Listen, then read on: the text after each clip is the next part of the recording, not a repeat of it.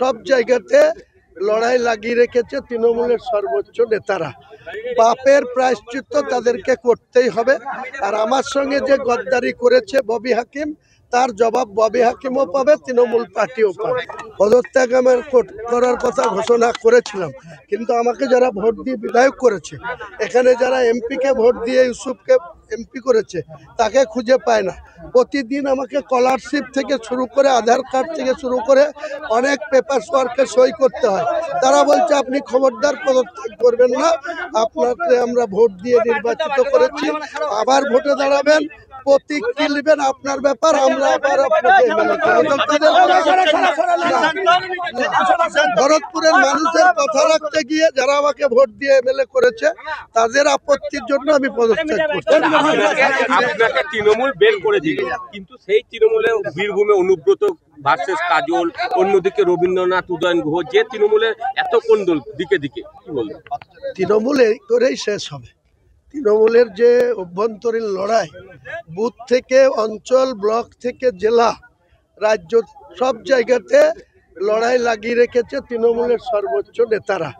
পাপের প্রায়শ্চিত্ত তাদেরকে করতেই হবে। আর আমার সঙ্গে যে গদ্দারি করেছে ববি হাকিম, তার জবাব ববি হাকিমও পাবে, তৃণমূল পার্টিও পাবে। বিজেপি আজ নতুন করে হিন্দুত্ব করছে। বিজেপি বরাবরই হিন্দুত্ব তাস খেলে। ওরা দীর্ঘদিন ধরে রাম মন্দিরের এজেন্ডা নিয়ে ক্ষমতায় এসছে, 19টা রাজ্য দখল করেছে। বাংলা দখল করার জন্য তারা গীতা পাঠ করছে। আমি আগামী দিনে মুসলমানদের বেশি বেশি করে বিধানসভায় সিট জেতার জন্য কোরআন পাঠেরও আয়োজন করব। কোরআন পাঠ হবে, লাখো লোক নিয়ে কোরআন পাঠ হবে, তাদেরকে আরামসে খাওয়া দাওয়া করিয়ে দিনভর মুর্শিদাবাদে কোরআন পাঠের আয়োজন। আজকে 5 লক্ষ কণ্ঠে গীতা পাঠ, আমি 1 লক্ষ হাফেজকে দিয়ে কোরআন পাঠ করাবো। 1 লক্ষ মুর্শিদাবাদের কোন এক জায়গায় প্যান্ডেল করব বড় করে, 1 লক্ষ হাফেজ, কোরআনের হাফেজদের দিয়ে আমি কোরআন। গীতা পাঠ করতেই পারে, সনাতন ধর্ম অবলম্বী মানুষ, তাদের কালচার, তাদের গীতাকে তারা সম্মান করে, তারা এ নিয়ে আমার শ্রদ্ধা আছে। এর জবাব টিএমসিও পাবে, বিজেপিও পাবে। বিজেপি আর টিএমসির মধ্যে কি আন্ডারস্ট্যান্ডিং আছে সেটা আগামী 22 তারিখে আমি ঠিক প্রমাণ করে দেবো। এটা এখানে আরএসএস এর গভর্নমেন্ট চলছে আর তৃণমূলের গভর্নমেন্ট চলছে। এর খেলাফ, এর বিরুদ্ধে আমি নতুন পার্টি করব। নতুন পার্টিতে পশ্চিম বাংলায় 294-এর মধ্যে 135 সিটে আমি লড়াই করব। আমার পার্টি। আমি ফিয়াদ হাকিমের কোনো কথার জবাব দেব না। ফিয়াদ হাকিমের কোনো কথার জবাব আমি দেব না। ফিয়াদ হাকিমকে আমি নেতাই মানি না। ও কোন পার্টির নেতা, কোন পোস্টে আছে, ফিয়াদ হাকিমকে জিজ্ঞেস করুন। আমি ফিয়াদ হাকিমের কোনো কথার জবাব দেব না। ঠিক আছে? 135টা আসনে লড়বো। 135টা বাংলা। যার সঙ্গে মিট করুক উনি, আমার কিছু বলার নেই।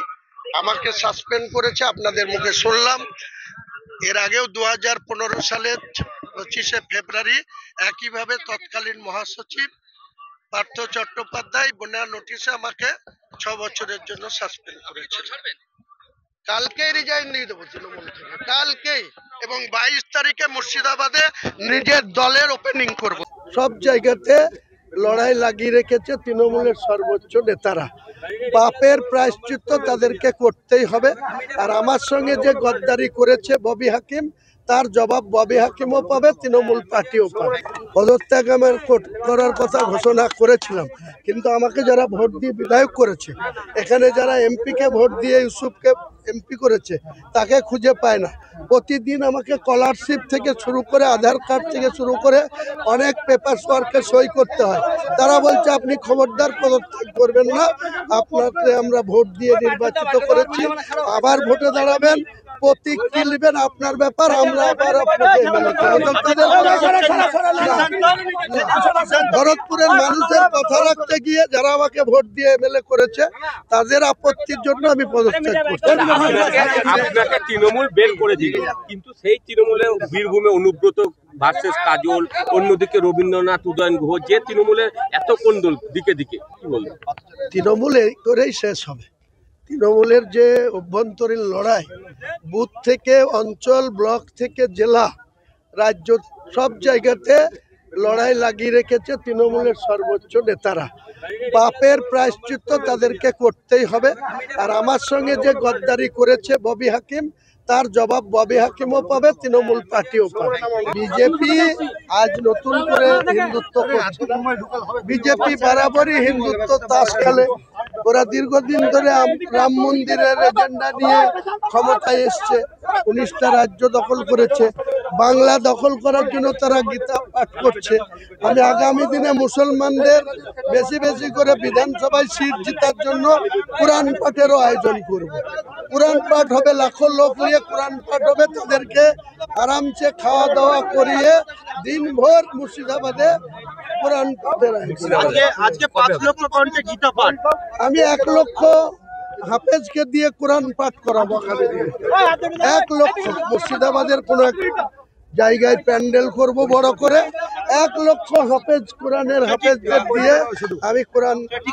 গীতা পাঠকে কিভাবে দেখছেন? গীতা পাঠ করতেই পারে, সনাতন ধর্ম অবলম্বী মানুষ, তাদের কালচার, তাদের গীতাকে তারা সম্মান করে, তারা এ নিয়ে আমার শ্রদ্ধা আছে। এর জবাব টিএমসিও পাবে, বিজেপিও পাবে।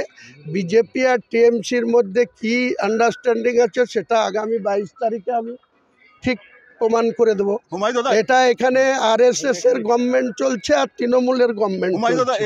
এর খেলাফ, এর বিরুদ্ধে আমি নতুন পার্টি করব।